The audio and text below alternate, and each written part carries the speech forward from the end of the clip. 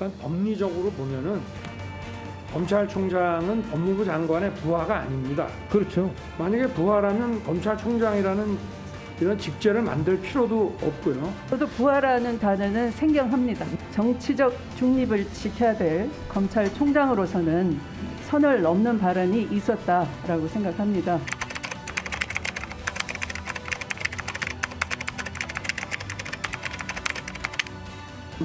오늘이 이제 저희가 야당의 공수처장 후보 추천위원 추천을 해달라고 요청한 마지막 날입니다. 만약에 야당이 또다시 시간 끌기를 한다거나 또는 꼼수와 정략으로 나온다면 민주당은 의회 민주주의 원칙에 따라서 단호히 대응한다는 점을 분명하게 말씀드립니다. 네, 뉴스와이드 오늘 초대 손님 민주당의 김두관 의원 모셨습니다. 어서 오십시오. 예, 오랜만입니다. 예, 잘 계셨죠? 예. 먼저 앞에서도 계속 윤석열 총장 얘기를 했는데 김 의원께서 또 뭐 쓰신 글도 있고 해서 한번 물어보고 싶습니다. 그러니까 뭐 총장은 장관의 부하가 아니다라는 발언, 또 자기의 거취와 관련해서 대통령이 적절한 메신저를 통해서 보냈다. 뭐 임기 지켜라고 얘기했다. 또 법무부 장관 만났는데 선처 얘기했다. 이런 부분들이 지금 논란이 되고 있는데 김 의원 보시기에 윤석열 총장 여러 가지 말 중에 뭐가 제일 큰 문제적인 발언이었다고 생각하십니까? 검찰이 사실은 어쨌든 국민을 위해서 일하는 공복 권력기관인데 너무 권력기관이라는 데 지혜 있는 게 아닌가 이런 생각이 좀 들고요. 아마 국정감사를 보면서 우리 국민들께서 많이 좀 불편하셨을 것 같아요. 특히 이제 검찰총장 막강한 기소권, 수사권을 독점하고 있는데 과거에 이제 검찰들이 국민을 위해서 많은 일도 했지만 사실은 또 국민들 보기에 무리한 수사도 많이 하고 정말 기소 안 해야 될 것도 기소를 하고 안 할 것도 하고 이렇게 해서 그야말로 정가의 보도를 휘두르는 검찰에 대한 불신이 강하게 있고 그것에 대한 국민들의 그 염원이 검찰 개혁이거든요. 이번 국정감사에서 이제 어쨌든 검찰 개혁을 해야 되는 정부 여당으로서는 윤석열 검찰총장에 대해서 추궁을 했고 또 검찰 개혁을 반대하는 국민의힘에서는 검찰을 옹호하는 그 법사위 국감을 보면서 우리 국민들께서 많은 생각을 하게 됐을 것 같아요. 특히 이제 대한민국이 진영으로 많이 나누어져 있어서 보는 것만 보고 싶은 것만 보는 이런 흐름들이 있어서 많이 좀 불편했을 것 같습니다. 권력에 취해 있는 것 같다. 그런 생각이 드셨다는 거죠? 예. 검찰 개혁 지금 이 정부가 그렇게 추진하고 있는데 윤석열 총장이 국감에서 물론 뭐 다른 질문들이 많이 나오긴 했습니다만 기본적으로 검찰 개혁에 대해서 이렇게 진지하게 고민하는 것을 읽을 수가 없었다. 그런 여당 의원들 얘기가 많더라고요. 동의하십니까? 예, 저도 처음에는 우리 윤석열 총장이 헌법주의자라고 이야기를 해서 개인적으로는 좀 기대를 했었는데 검찰총장 1년 좀 지났잖아요. 그러면 쭉 검찰을 리드하는 그런 과정들을 보면서 저분이 정말 헌법론자인가 검찰론자가 아닌가 검찰의 기득권을 강하게 지키려는 분이 아닌가 이렇게 좀 그 합리적 의심이 갔습니다. 그러면 어떻게 해야 되겠습니까? 지금 윤석열 총장은 아예 대놓고 대통령이 나한테 적절한 메신저 통해서 임기 지키라고 이야기했다. 지금 이러는 상황인데. 그것도 뭐 적절하진 않은 것 같고요. 예, 뭐 그 부분 뭐 잘했다고 얘기하는 분은 한 분도 없습니다. 예. 그런데 이제 지금 추미애 장관도 계속 공격하지 않습니까? 예.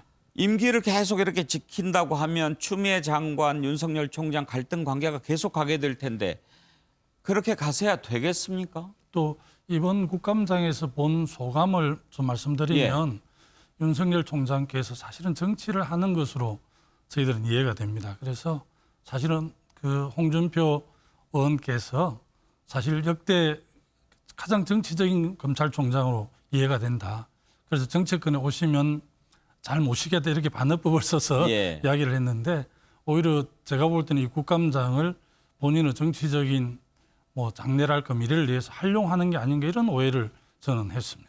오해인지는 모르겠습니다만 그렇게 느껴졌습니다. 그러면 지금 김 의원께서도 빨리 그러면 정치하려면 빨리 그만두고 나와서 정치해라 이런 말씀을 하시고 싶은 겁니까? 예, 지난번 그 신임 검사들 그 임명식에서 하여튼 주어가 빠져 있지만 전체주의 독재 국가라고 이렇게 규정을 했는데 삼척 동자도 그것이 문재인 정부 여당을 지칭하는 걸로 이해를 했거든요.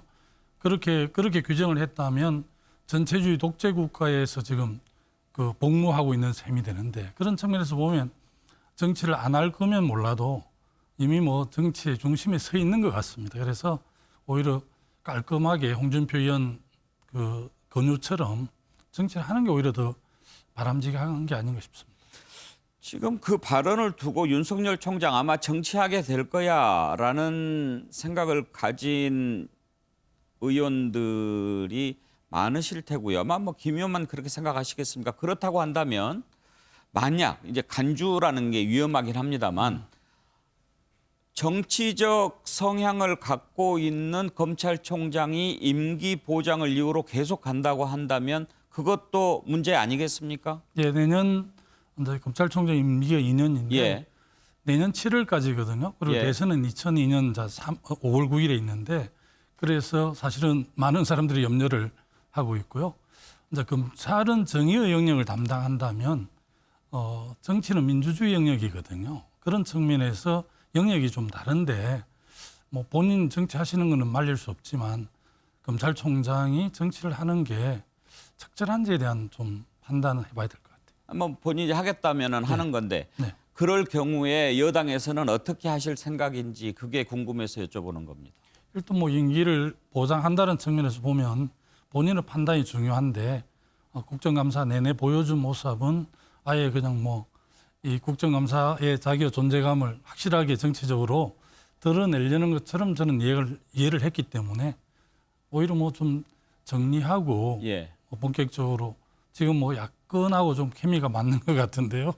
어쨌든 그렇게 해서 정치를 오히려 하는 게 좋지 않을까 싶습니다. 뭐 정치적으로 안착을 할지 예. 또 성공할지는 좀 별개의 문제고요. 이미 지금 윤석열 총장은 정치인이 돼버렸습니다. 제가 볼 때. 예. 본인이 뭐 그만두지 않겠다라고 계속 하는 이상 법적으로 위법한 일을 한다거나 뭐 직권을 남용한다거나 이런 일이 없는 이상 그냥 뭐 정치할 거야 이렇게만 생각하는 거지 그걸 가지고 탄핵을 한다거나 해임 건의한다거나 그럴 수는 없는 거잖아요. 사실은 법무부 장관이 수사 지휘를 했는데 그게 이제 부당한 예. 상식에 어긋난 부당한 지시라고 이야기를 위법이라고 했거든요. 했습니다. 그러면 당연히 항명을 하거나 받아들이지 않아야 하는데 그것을 받아서 바로 이렇게 남부지검이 지시를 했거든요. 그게 참 그런 부분을 우리가 좀 이해하기 어렵더라고요. 예. 그걸 어떻게 받아들여야 될까요? 뭐, 위법인데도 받아들이는 것은 자세가 옳은 건가요? 아니면은 동의하기 어렵습니다. 아마 젊은 검사들이 그런 점에 대해서 예. 좀 분노하지 않을까 싶기도 합니다. 알겠습니다. 뭐 좀 조심스럽게 얘기하시는 것 같은데 그 말씀하신 뜻은 제가 충분히 이해를 하겠습니다. 추미애 장관이 이제 그 오늘 국감에 나와서 한 얘기들을 보면 뭐 조목조목 반박하지는 않지만 내가 왜 수사 지휘권을 발동을 해야 했는지 그리고 부하가 아니라고 하는데 왜 이렇게 지휘 감독의 관계가 있어서 이렇게 했는지 이런 부분들을 설명을 하던데 여당도 그런 부분에 대해서 좀 입장을 딱 정리를 해놓을 필요가 있지 않습니까?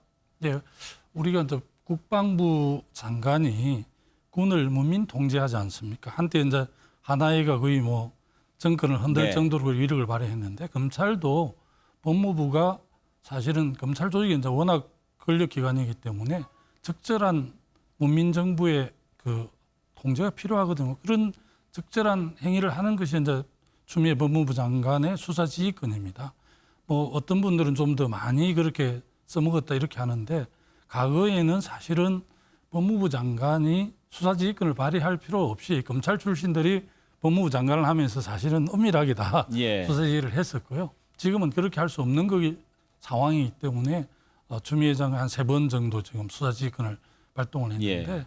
그거는 매우 적절하다고 보고요. 라임이라든지 오토미서 사건을 바깥 국민들이나 또 법무부 장관 입장에서 볼 때는 엄정하고 공정하게 집행되지 않았다고 판단했기 때문에 수사지휘권을 발동한 거라고 저는 그렇게 이해를 합니다. 예.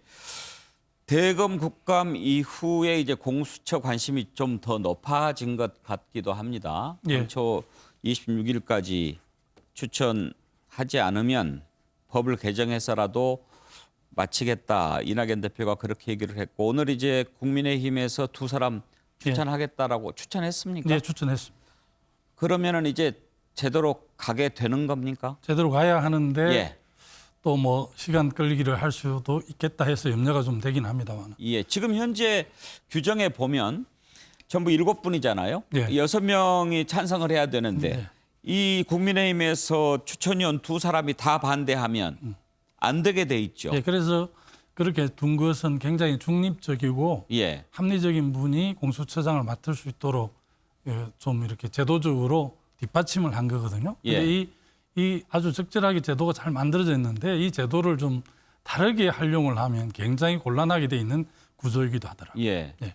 두 분이 계속 반대하면 어떻게 뭐 할 생각이신지요? 몇 개월 가고 그럴 텐데요. 제가 지난 총선에서 우리 국민들이 법여건에 한 190석 정도 줬던 것은 예. 매번 뭐 국회의원 숫자가 적어서 잘 안 되니까 못한다 이런 핑계 대지 말고 제대로 여러 가지 현안들을 좀 더 추동력 있게 결단해서 하라고 190석 가까운 여당의 그 국회의원을 만들어 주셨기 때문에 그 국민 뜻을 잘 받들어서 지금 가장 현안에 돼 있는 공수처 출범은 이미 했지만 지금 예. 구성이 안 돼 예. 있는데 이걸 빨리 마무리하고 민주주의 기본 원리가 이제 견제와 균형의 원리인데 그런 측면에서 우리 검찰은 과도한 권력을 갖고 있었기 때문에 고위공직자들 일반 국민들은 아무 관계 시민하고 관계 없지 않습니까? 예를 들어 뭐 경찰관 같은 경무관 이상 판검사 변호사 또 우리 장차관 국회의원 고위공직자들의 부패와 비리를 수사하는 게 공수처이기 때문에 일반 국민들은 아무 관계 없습니다. 그리고 지금 검찰이 기소와 수사를 독점하고 있기 때문에 일반 국민들은 저 수사받는 기소율이 한 40% 되는데 검사들이 범죄를 저질렀을 때는 0.01%더라고요.